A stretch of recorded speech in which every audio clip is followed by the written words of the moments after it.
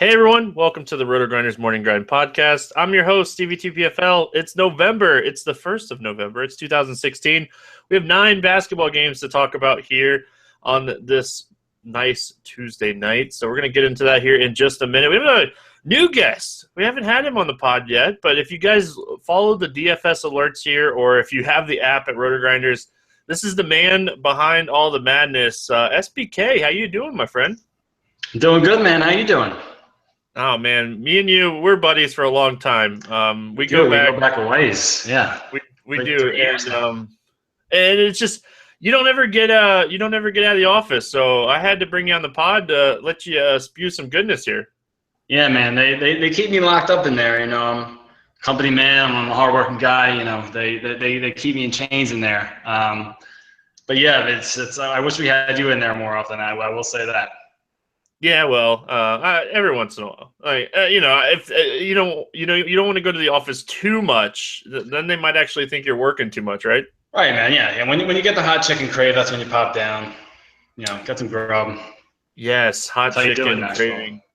Hot chicken cravings happening a lot. So, yeah, man, we're going to talk about this 9-game slate. Before we get into that, let's talk about our friends over at rosters.com. If you guys enjoy the podcast every day, make sure you head on over to rosters.com. Use promo code Grinders. They have a ton of stuff going on right now. If you use the promo code Grinders, you're getting incentives. You're getting the best bonuses in the industry. And if you deposit $10 right now, they'll put $40 in your account. If you want to try out a new site, you need to head on to rosters.com. Use that promo Grinders, and we'll talk about some value plays over there when we get going.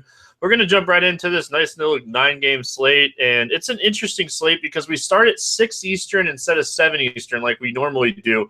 We have a really good 6 o'clock game, and I'm kind of glad they included it. What's your thoughts on this Houston-Cleveland game? It's kind of surprisingly high over-under given the fact that Cleveland's in it. I think it's 218. Cleveland's an 8.5-point favorite. Neither team is terribly high in pace, at least to this point. Obviously, we would expect that Houston will start running more. They're 21st in pace to this point. You'd obviously expect that to pick up as the season goes on. Cleveland right now sitting at 13th. I think obviously Harden, it's hard to not want to continue playing him. Obviously, he's taking that point guard role on. That's the one spot that Cleveland had trouble with defensively last year. They were 17th against point guards in DVP, top 10 and against a lot of positions. So I think Harden, you still lock and load with him. As far as the complementary Houston guys, I don't know how deeply I'll go into that. As far as rostering them, Ariza, you kind of know what you're getting. He's going to play a lot of minutes. You're kind of hoping he's going to hit his 3-pointers. He's going to give you a couple of rebounds, a couple steals, but he's kind of one of the more boring players as far as the guys that we're going to see upwards of 35 minutes on a regular basis. Ryan Anderson's one guy who obviously we expected a lot from. He's obviously good, a starter there now. He's a big piece of that offense. His minutes are, going to increase, and he's still kind of priced the way he was as a New Orleans backup. 5,300 on FanDuel. Obviously, you're maybe taking a look at GPPs. He's not cash game playable at this point. His role has been a little erratic so far. He's struggled some defensively. But at 5,300, I mean, if the minutes land his way, he'll be matched up with Kevin Love for most of the evening, I would assume. So he's definitely on the GPP radar there. What are you thinking as far as the Houston guys? No, I don't mind Anderson. That breakout big game is going to happen. He's going to drain some threes. Yeah. And we've seen a double-double in the last game against Dallas, which is always nice to see him crashing the board. So, he has the double-double potential with, 30-point upside as far as points, just actual points go. So I like the Anderson call. I don't mind Ariza. I think Ariza is a fine cash game play when he's, this price on FanDuel at 5,200. The one guy that I'm kind of interested in here is Eric Gordon. We know James Harden. He's dealing with a little bit of ankle injury. It doesn't seem to be that serious. He's probable at this point. But Eric Gordon could really benefit here. Still cheap, and if his shot gets going, he's another guy that could put up a good game. Yeah, I would assume that he'll end up drawing Kyrie. I would assume that they'll end up using either J.R. Smith or Shumpert on Harden for most of the game. That's kind of what I was thinking too. Yeah, so I would think that Gordon would have the better matchup in the backcourt. Yeah, I definitely don't mind him at all. I don't think I'll have any Ariza. I don't think I'll dive that deeply into Anderson. I might have him on a few GPP lineups, but besides Harden, I don't think I'm digging too deeply into that side. Yeah, looking at the Cleveland side of things, Kevin Love off to a really solid start to start the season. These guys are so tough to play. I guess the guy that I'm going to be looking at the most here is Kyrie. We have some good point guards on the slate. Kyrie's, I think, an interesting play here. He continues to be in that price range where I think he's cash game playable on FanDuel. Yeah, I definitely don't disagree with you. He's 14th in usage rate so far, a shade over 30%. Actually, him and Kevin Love, at least to this point, obviously very, very small sample size. You cannot put any real weight into what we've seen so far. But they both outpaced LeBron in terms of usage. I think Kyrie is definitely playable in any format on FanDuel, especially. And I don't mind Kevin Love. I think he's got a fairly good draw. He'll see some Ryan Anderson, I'm sure.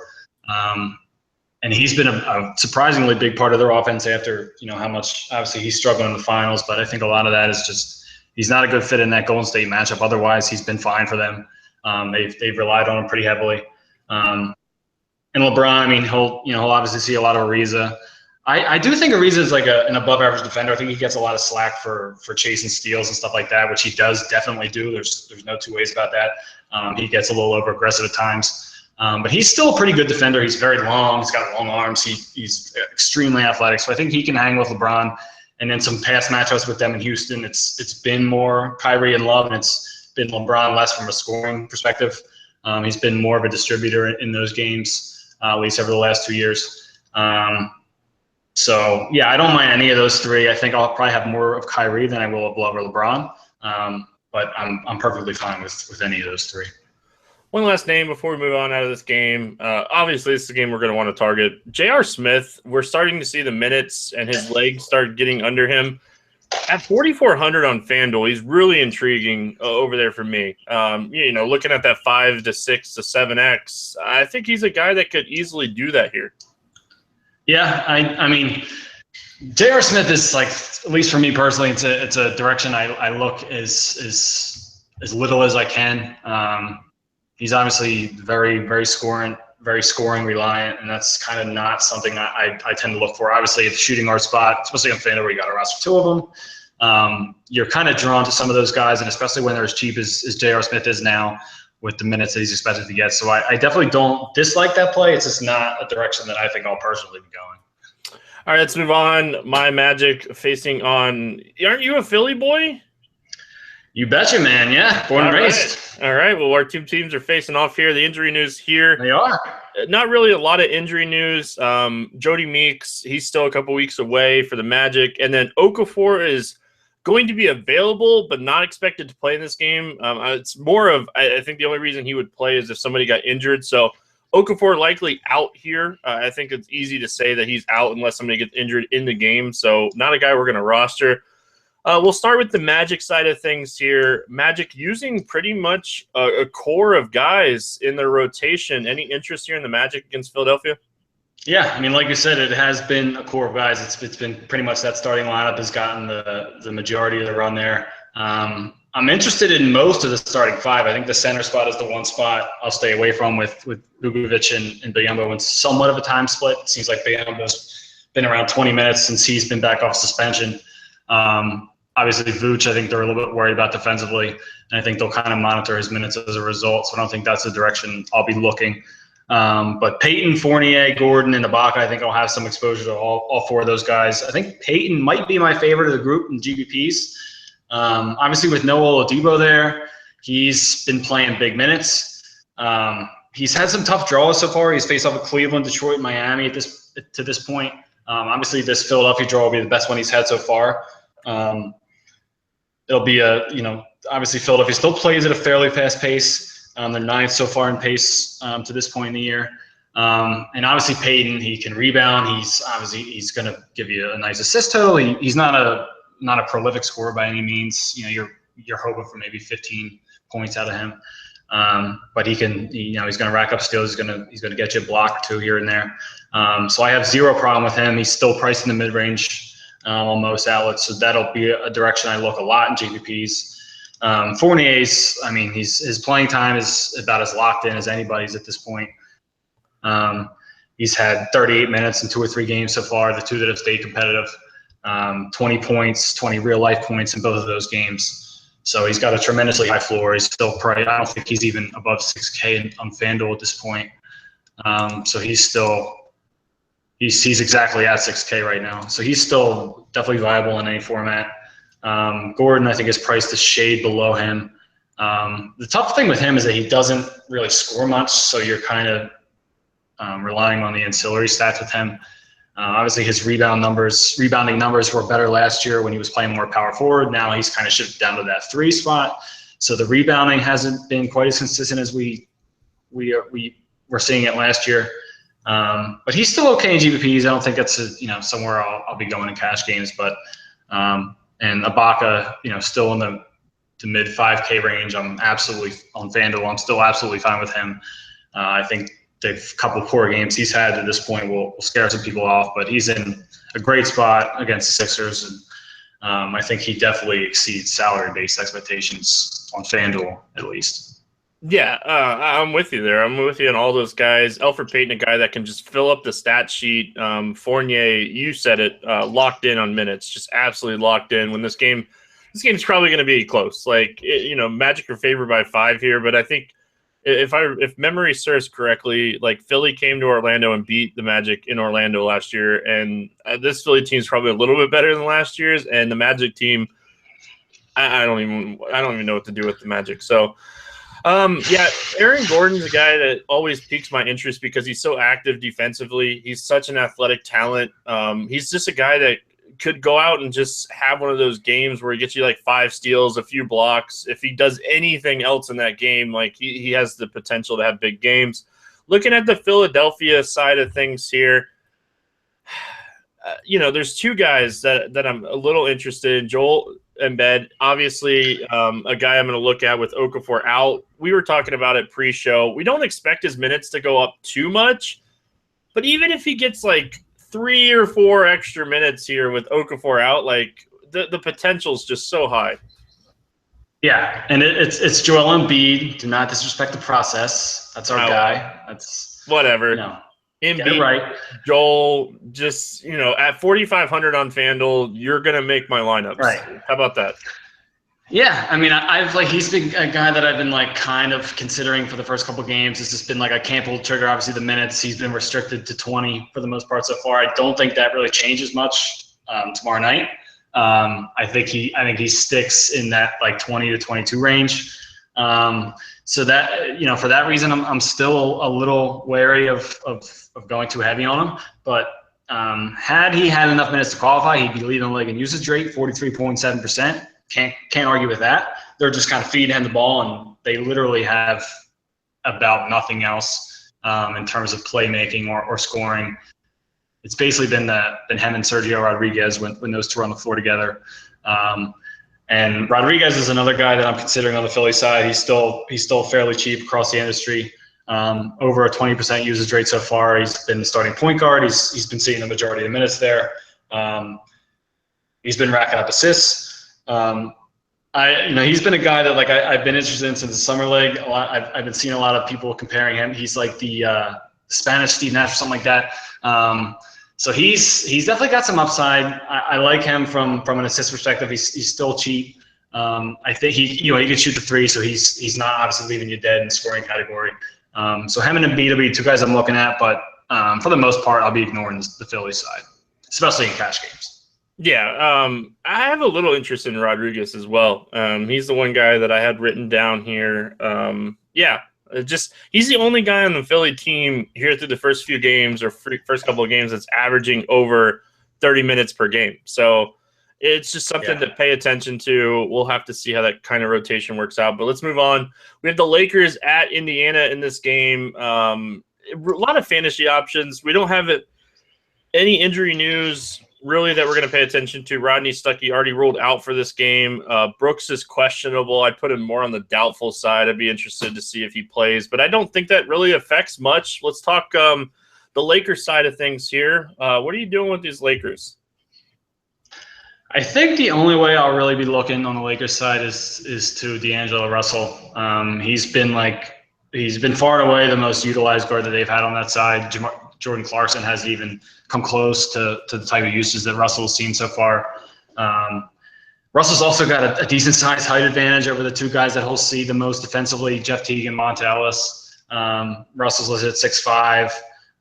Both of those two are 6'2" or under, so he'll have the length in his favor there. Russell's also 19th in usage rate to this point. Obviously, like I said, very small sample size. Can't really put anything into that. But he was their second pick last year. They're obviously in a rebuilding phase. They're going to want to see what he can do. So I have zero issues targeting him in GPPs. Again, he's not a guy that I trust in cash games. He's still priced in the mid range. He's priced about where he should be. But I think he's definitely got some GPP upside. I don't think he's quite reached his ceiling to this point. So he'll be a guy having GPPs. I think maybe Julius Randle could be a guy that I roster as a one-off in tournaments. But for the most part, I think Russell will be about it for me on the Lakers side. How about you? That's it, man. That is it for me. I just don't see a lot of upside anywhere here. If Randall was cheaper, I'd have a little bit of interest, but he's just not cheap enough. Yeah, that's the main problem with him. He's priced as he should be in a neutral matchup, and this is probably a little bit below average. So yeah, I think I'll be ignoring him for the most part. And he could I'm not saying that it's not possible. He could easily dominate that. Dad's a pretty average defender. Randall could have a good game against him. I'm not going to take the shot at this price tag. Now, looking at the Indy side of things, Miles Turner, a guy that I have a ton of interest in here. He's a guy that I've been using a lot to start the season, and I just don't see that changing here. He's averaging just over 30 minutes per game, but he's averaging just under 1.5 fantasy points per minute to start the season. Yeah, he's been a monster. 24% usage rate, right up there with anybody else on that squad. I think he's above both Teague and George to this point. Obviously, the 62% shooting percentage is not something he's going to be able to maintain over the course of the season. But I think he could be if he keeps continuing with the high percentage looks, he could be a 50% shooter from the field.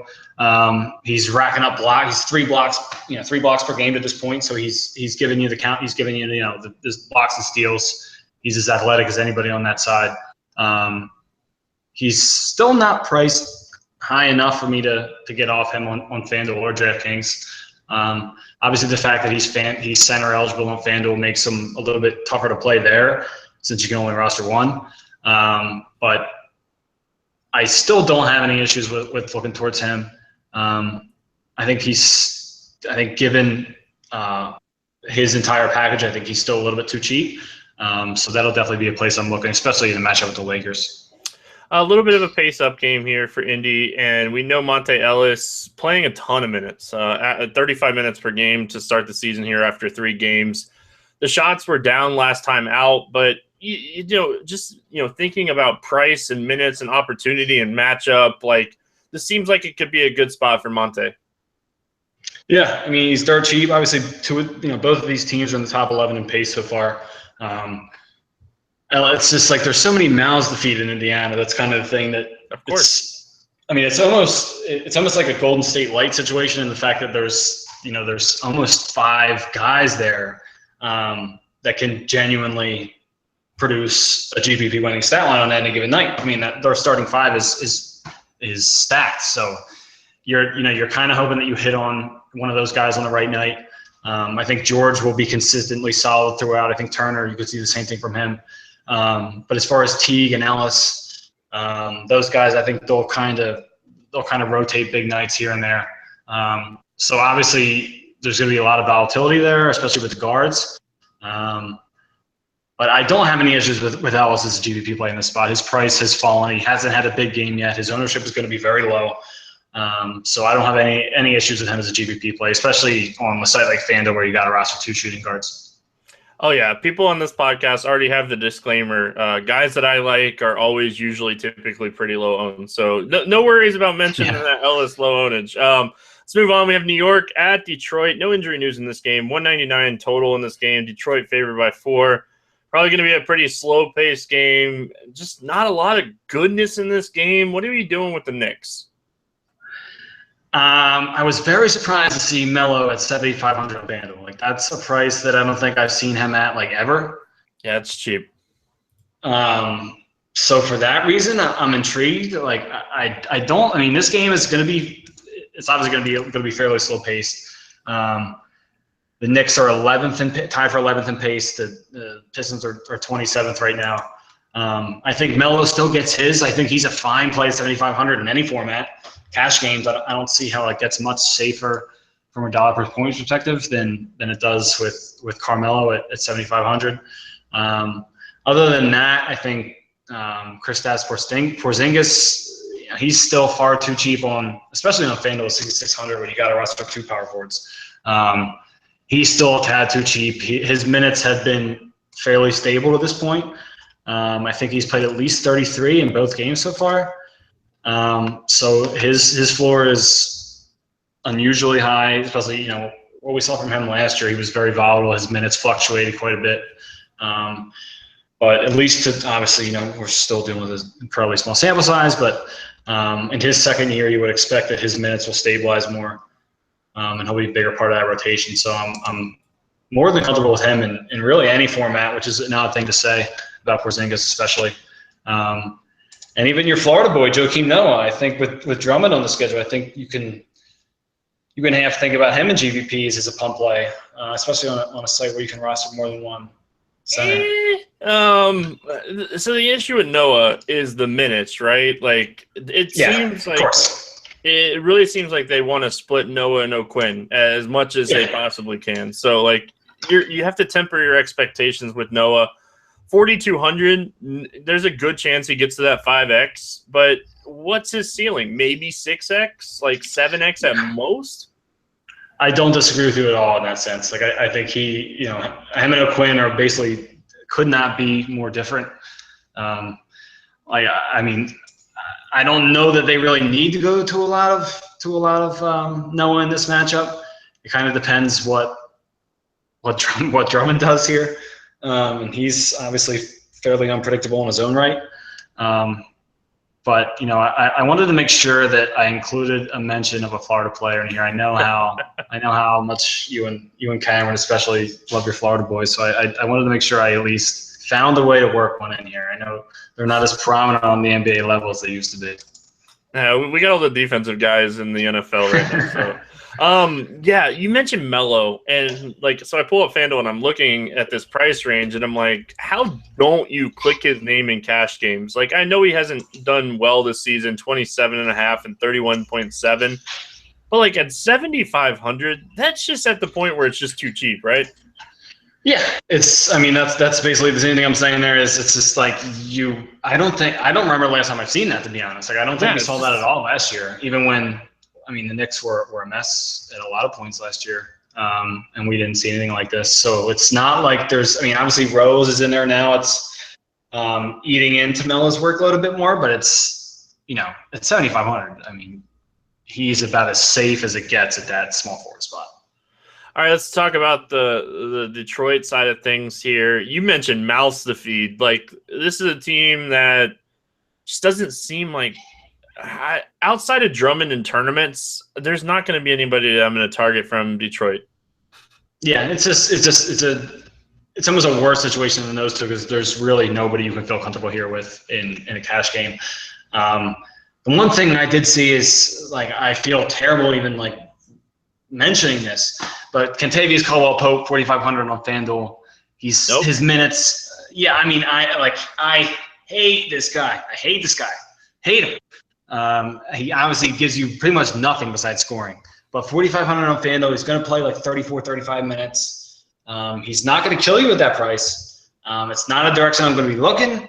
But if you're, desperate in a cash game and you need to find somebody in that price range, I don't think he's going to hurt you badly enough to lose you a tournament. That's a very poor endorsement of any player. So I guess we can just probably pretty much write him off.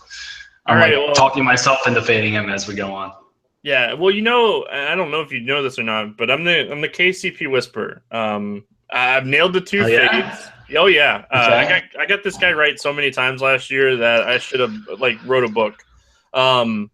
So I've told people to fade him the first 2 games. Obviously Sunday I didn't even look at basketball. I don't know what I would have done with the Milwaukee situation, but go back to fading him here. This is not a KCP game, so let's move on. Sacramento. All right. Sacramento at Miami here. Injury news is Cassby's questionable. We'll have to see how that plays out. And Darren Collison still suspended, so Ty Lawson should continue to play a bunch of minutes. What are we doing with Sacramento here against Miami? I mean, they played obviously Thursday night in Atlanta, traveling to Miami on Friday night. So it's a road back-to-back. Obviously, not an ideal situation for any team. If I'm looking in any direction on this squad, I think it's Ty Lawson, which is very strange to say. He's very boring, but he's still priced at 5,100 on FanDuel. He's not going to give you probably more than like 12, 13 points. You're kind of hoping for like 6, 8 assists, a handful of rebounds, a couple steals. He's a fine cash game play. He's still cheap enough to where he's viable in that range. But as far as getting Cousins go, Miami's, I mean, obviously they had kind of talked up this higher pace in the preseason. Spoelstra was like talking about limiting Dragic's minutes as a result of them playing a higher pace, but it just hasn't really happened yet. They're 20th in pace at this point. This game's got a 201 over-under. Miami's a 4-point favorite. I don't think I'll be targeting the Sacramento side really at all. I don't think with getting Cousins on the road back-to-back, I think I'll be avoiding that situation for the most part. I think we'll have far more exposure to a guy like Hassan Whiteside compared to Cousins. But I think for the most part, the Sacramento side is something I'm going to leave alone. Yeah, I don't mind Lawson. I don't mind Rudy Gay until he starts to slow down. This is the Rudy Gay at the beginning of the season that we like to target, the fresh Rudy Gay. Looking at the other side of things, you already mentioned Whiteside. Obviously, Whiteside is a guy that if you're a tournament player, he needs to be a guy you look at every slate because this guy just has just incredible upside. Yeah. Yeah, I mean, it's obviously the one concern in a matchup like this is the fact that foul trouble is always looming against a guy like Cousins. He's going to make you work inside. He's going to make him play defense. So obviously the foul trouble is concerning. But he's not the only one on the Miami side I'm considering. I think like Dragic is obviously still in play against a guy like Lawson. He's obviously been like the leader for them offensively. 25% usage rate with no Wade there. He's going to continue to carry the load for the most part. His minutes, I don't think we're going to see him play 38, 39 minutes in most games or possibly in any game throughout the rest of the season. So he's not a terribly high ceiling play. But I think he's got a very high floor in this matchup.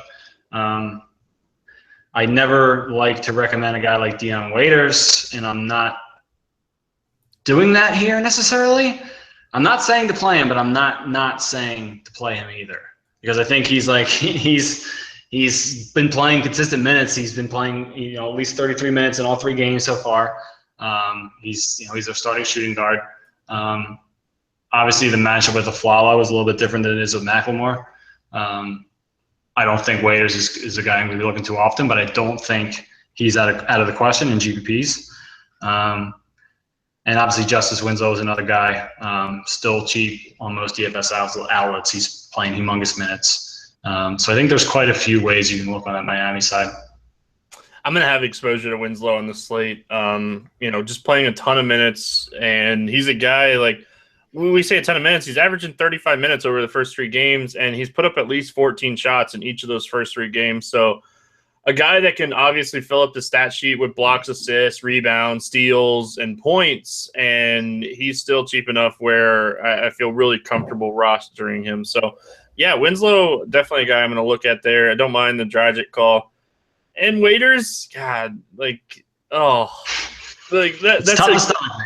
that's how I feel about whenever I hear that name. So Memphis at Minnesota, 199 total in this game. Minnesota's favored by 5. That line can move a little bit. We'll have to see how this plays out. Ricky Rubio is the injury news here. It came out like right before we got on the pod that he's going to be out indefinitely with a sprained elbow. So let's talk Chris Dunn. We'll go backwards here. We'll start with the home team. Chris Dunn moving into the starting role, young kid with a lot of talent. Yeah, I mean, I love Chris Dunn. He was a guy that as a Sixers fan, I was hoping that we would trade up and draft. I'm kind of glad that we didn't do that now with how things are looking. But I think as far as tonight goes, he's going to be sitting in there fine. I would assume we'll see around 30 minutes. He, as when Rubio went out in their last game, he was the direct replacement there. It wasn't, LaVine getting those point guard minutes. I think LaVine is still in play here. I think he will probably handle the ball to an extent. Obviously, he's still safe from a minutes perspective. He's still going to play heavy minutes regardless of how things shake out at the point guard spot.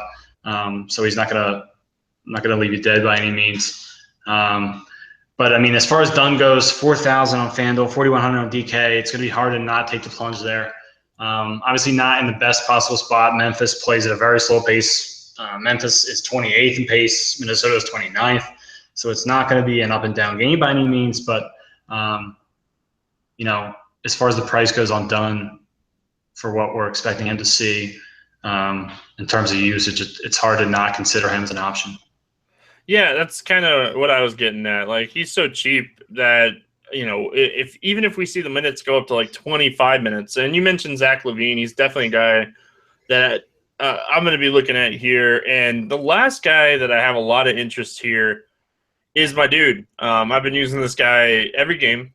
And ever since Garnett, like the Garnett news went out, he's retiring. Okay, well, then Gorgie Dang is going to be a guy I roster a ton this season, and that's not going to stop here. No, I don't think it should either. I think he's got definitely the better draw between him and KAT. He's been playing humongous minutes so far, at least 34 minutes in each game. Still 5,900 on FanDuel, which seems like criminal, to be honest. I'm all right with him in any format. I don't think I think he's a fine cash game option even at a relatively crowded power forward spot. But definitely a guy I'm looking to in GPPs. I think he can blow that price tag out of the water. I'm definitely with you there. Looking at the Memphis side of things, Tony Allen has said that he's going to target a Wednesday return, so likely out in this game, which is good for Minnesota because Tony Allen, one of the better defenders for this Memphis team. A lot of mouths to feed. Not anybody playing a ton of minutes outside of JaMychal Green. Any interest here on the Memphis side?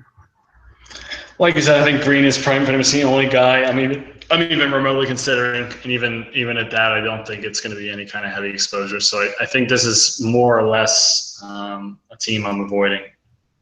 I think so too. Just nothing piques my interest here. Like a little, like tiny interest in Mike Conley because he's going to get a rookie here. Little interest there, like very, very tiny interest. I would have to make a bunch of teams. I like Dunn defensively. Like I like. I mean, obviously he's a rookie. You're right. Like there's just gonna be that inexperience factor. But Dunn defensively is not the area I'm concerned with him as an NBA player. So I'm just pretty much avoiding that Memphis side as much as I can. All right. Well, we can move on to one of the better games. We have Milwaukee at New Orleans, 206 -3 here for New Orleans. Not a lot of injury news here that we need to pay attention to. Galloway might play in this game. That's kind of really the only injury news that I've seen. Drew Holiday obviously still out. So let's talk Milwaukee side first. I think I can sum this up really quick and really fast. Play the alphabet. There's no reason that you shouldn't play Giannis, whatever his name is. I'm awful with his name, but play him. That's done. Giannis Antetokounmpo. And yes, that's why I have should absolutely play him. I don't even know if I did that right, to be honest. Giannis Antetokounmpo. I think that's correct. But yeah, I mean, I'm fully on board with you on that one. He's basically the main guy I'm looking at on that side also. I really don't think there's anywhere else on that Milwaukee side that I'm intently targeting. You could maybe sprinkle in some Jabari Parker there, given that it could be a close, high-scoring game. But for the most part, I think the alphabet is going to be where I'm looking in, and I'm going to pretty much cut it off at that point. That's it for me. That is the only interest. If I get burned by somebody on Milwaukee that is playing like Dellavedova, I guess we can mention him if he's cheap on one of the smaller sites that you're playing on. But it's nothing sexy about it at all. You're just going to get, a little bit of value out of him. And there's just so much value on this slate. It's such a big slate with 9 games. Honestly, it's just the alphabet for me. Yeah. There's no reason to take the plunge on any of these other guys for the most part, unless you're playing in a large field tournament where you are actively trying to be different in a few areas. This is a close, high-scoring game. You could consider stacking, but outside of that, it's not an area I'll be looking very often. Well, Anthony Davis finally had his dud. It was against the Spurs. Finally. We all backed off of Davis. If you are remotely smart, you didn't play him against the Spurs. But this is a good spot to jump back on. Let's just jump right back on that Anthony Davis bandwagon here. Yeah, I mean, he has been incredible so far. It's honestly been insane. Kind of mind-blowing. Yep. I mean, at least 45 points in 2 or 3 games, at least 16 rebounds in 2 or 3 games. He's averaging 3 blocks a game. He's racking up. He's got 9 steals through 3 games. He's contributing across the board, literally, like as well as anybody ever has through such a small sample size, probably. So he's been incredible. Obviously have no issues with this. Obviously, Milwaukee is not a dream draw by any means, but it's not a place where we're looking to fade him either. So I'll have heavy exposure to him without a doubt, and probably a fair amount of Tim Frazier as well. Yeah, we could just continue to play Frazier until they raise his price up, right? Like right. He struggled against the Spurs too. It's obvious, okay? He might have a tougher matchup in this game with the Alphabet, but Tim Frazier in this game, just 5,500 for his usage. Like him and Anthony Davis usage rates are just absolutely insane. Yeah, I mean, there's Frazier at his current price is tough to fade, and obviously it's not a given that he draws Alphabet by any means based on how they match up. So I'm perfectly fine with him in any format. Obviously, he also disappointed in their last game, but as long as he's getting minutes, he's going to give you. He's going to be a relatively well-rounded contributor, and he's definitely not going to hurt you in cash games. All right, let's move on. Utah at San Antonio. Can we just move on? No, thank you. Yeah, no, thank you. I mean, 189 over under and an 11-point spread in San Antonio's favor. Like Kawhi Leonard is the one guy that maybe. Just as good as he's played so far that I could still consider, but outside of that, I'm good to move on. It's not an enticing spot. Yeah, if this game stays close, which I don't think this game will stay close, I think the Spurs walk away in this game, and we know when the Spurs get up, Pop is one of the best coaches in the NBA about managing his minutes for his big guys and his stars. Kawhi, the one guy that has a good matchup in this game that, like, there's nobody that I can think of on Utah that could actually defend this guy. No, I'm right there with you. I think he has his way with that defense. It's just kind of a matter of how long they can stay competitive. And obviously the pace of those 2 teams in itself is concerning from his perspective. He's not cheap by any means, but he's obviously the leader of that offense. And if he's able to stay out there and play his regular minutes and do his thing, I think he's fine. I don't have any issues with him as a GPP play, even given the terrible, the low over under and the big spread here. But I'm fine with him as a GPP play. Other than that, though, I'm not looking at anybody in this game. All right, well, let's get into it. The best game on the slate, obviously. 228 total in this game. Golden State at Portland. Golden State favored by 5. Oh, buddy. We'll start with Golden State, obviously. Macau? Is it Macau? Patrick McCall? Yeah, he's out for this game. They've already announced that. That's the only injury news that I've seen. We'll start with Golden State. When's the last time you've seen Seth Curry under 9,000 on FanDuel? Do you remember the day on Draft Street where he was like a couple $100 and it was like a complete misprice, like obviously like a complete accident, but they had him like priced like he was like the cheapest player on the board. Do you remember that? I do, and he was still not 100% owned. No, I didn't play him. I remember that. Like I was like still a college student at that point. I like had just started getting into DFS, and I remember it was one of the first days that I had been involved with it. And I didn't play him, but it also didn't hurt me, which was kind of surprising. I forget exactly what happened with that game. But other than that, this may be the cheapest I've ever seen him. It's hard to not consider him. Like his usage is still has remained fairly healthy given Kevin Durant's inclusion into this offense. Obviously, that's going to going to throw a wrench into things for Curry, Draymond, and Clay. But it's hard to not consider Curry at that price tag. I'll definitely have a lot of exposure to him in GPPs. I think he's a fine cash game target as well. I think he's the one guy on that side that I could say confidently that you can play him in any format and feel pretty good about it. Yeah, I'm with you there. Kevin Durant continues to just impress here. Like, feel like he's just going to shut people up as much as he possibly can. I don't mind him. I think he's definitely in play. I'm going to continue to avoid Clay. I know he's under 6K. It's a weak shooting guard position on FanDuel, but the guy played 40 minutes against Phoenix and was only able to put up 24 fantasy points. That's concerning to me. Yeah, I am absolutely off Clay. I have been so far to this point this year. There's too many mouths to feed there. I feel like we've been saying that a lot tonight. But there's just too many guys there. Durant and Curry, they're going to get theirs, especially Durant. I mean, he's been a monster there so far. I don't think I don't expect much of a drop off for him going forward, and I expect Curry to pick things up. So I don't expect things to improve for Clay all that much. I'm absolutely not on him really in any format. I think you can pretty much say the same thing about Draymond.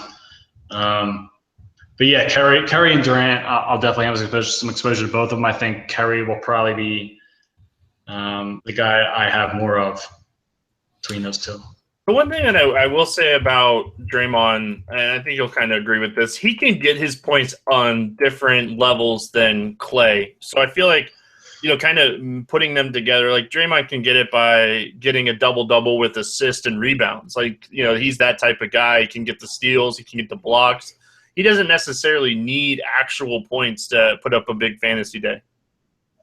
No, yeah. I mean, that's the thing with him is that he literally can contribute across the board.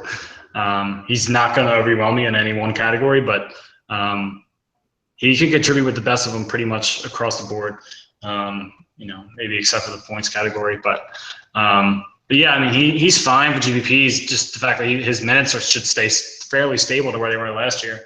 Obviously, it's just a matter of the fact that the ball might be in his hands a little less, but that doesn't necessarily negate his ability to score fantasy points, like you said.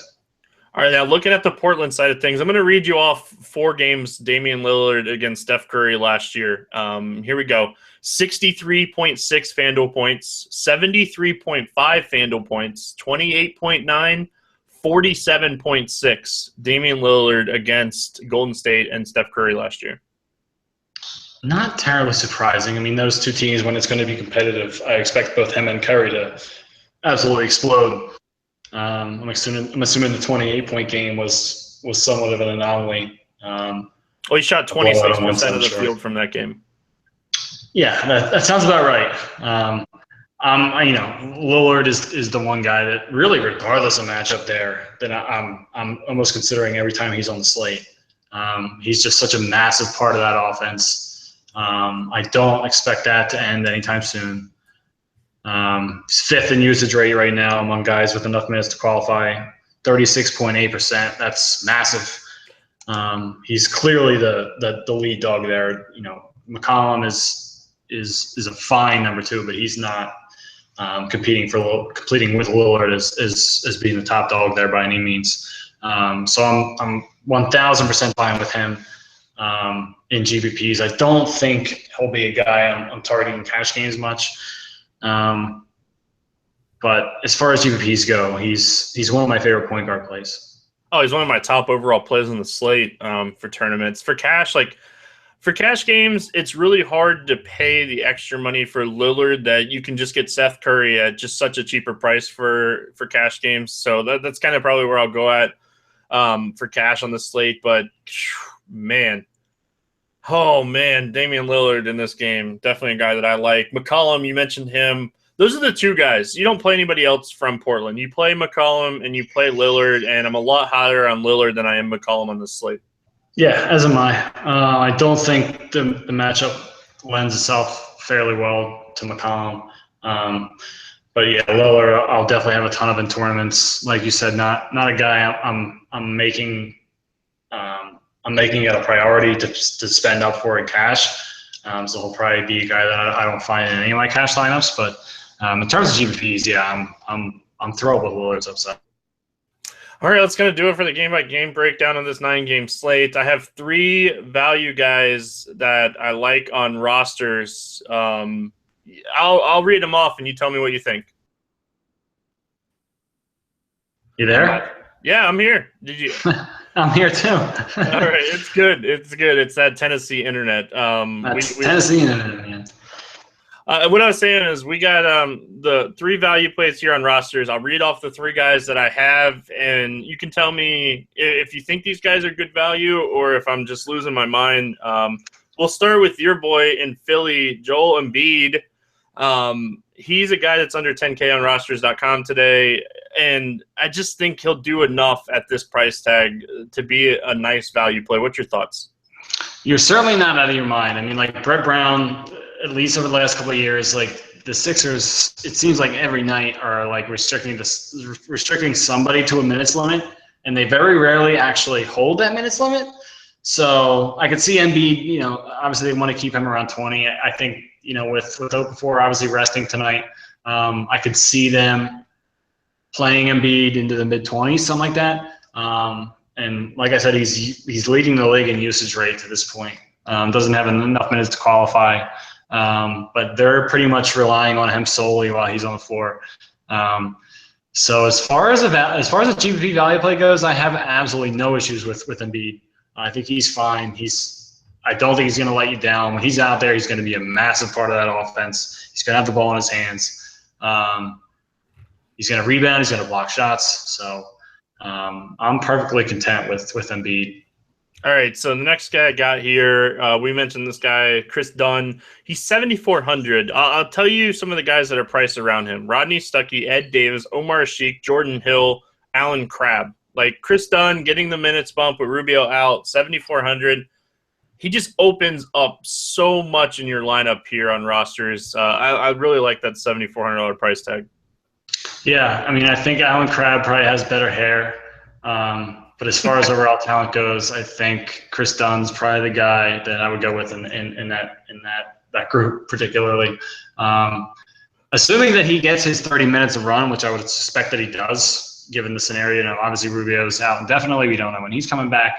LaVine could still eat up some of those point guard minutes, but I would suspect that he's a fairly big part of their plans tomorrow night. Obviously, it's a very low-paced game in Memphis, so the floor isn't terribly high. But I'm fine with him really in any format. Like if you need to punt a spot in the cash game, I don't think he hurts you when all is said and done. All right, last guy I got here over on rosters.com for my value 3. Evan Fournier, 8,800. We mentioned him averaging just over 15 shots a game, averaging over 34 minutes a game. It just at some point, minutes and opportunity become fantasy value, and at this price tag, that's what Evan Fournier is for me over at rosters here tonight. Yeah, I love that play. That's my favorite of the 3 you mentioned so far. The Sixers have been putrid against defending the 3-point shot over the last couple of years. Not much has changed. This is still Brett Brown's team. I think they're still going to be bad against the 3-point shot. They're still going to obviously be very poor defensively. Just given the starting 5 that they roll out there and the general rotation they roll out there. And Fournier, like we talked about earlier, is locked in the minutes. That's not, we're not going to see any sway in that as long as this game stays competitive. So at 8,800, he's a lock and load cash game play, and somebody I would be fine with in tournaments as well.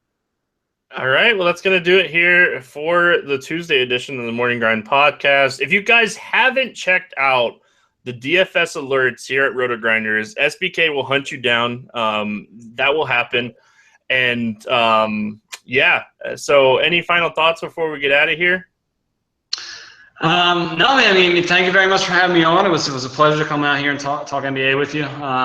Like you said, yeah, I'm obviously a big part of the alerts product. There's obviously a lot of other guys that are really involved with it as well. Shirag Hira, Inspire, who was provided a lot of great preseason content. He's a big part of the alerts team. Bob Reeves is another guy that writes some afternoon alerts for us, as well as weekend content. So there's a lot of good writers on that team. We're obviously scouring TweetDeck at all times, trying to get any of this injury information to your phone as quickly as we can. They were doing a good job of that so far this year.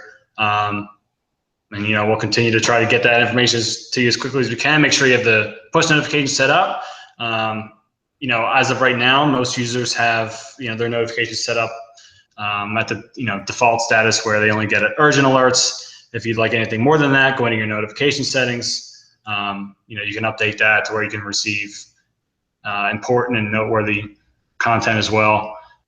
So if you're, a pretty big time NBA player, that's probably something you'll be interested in.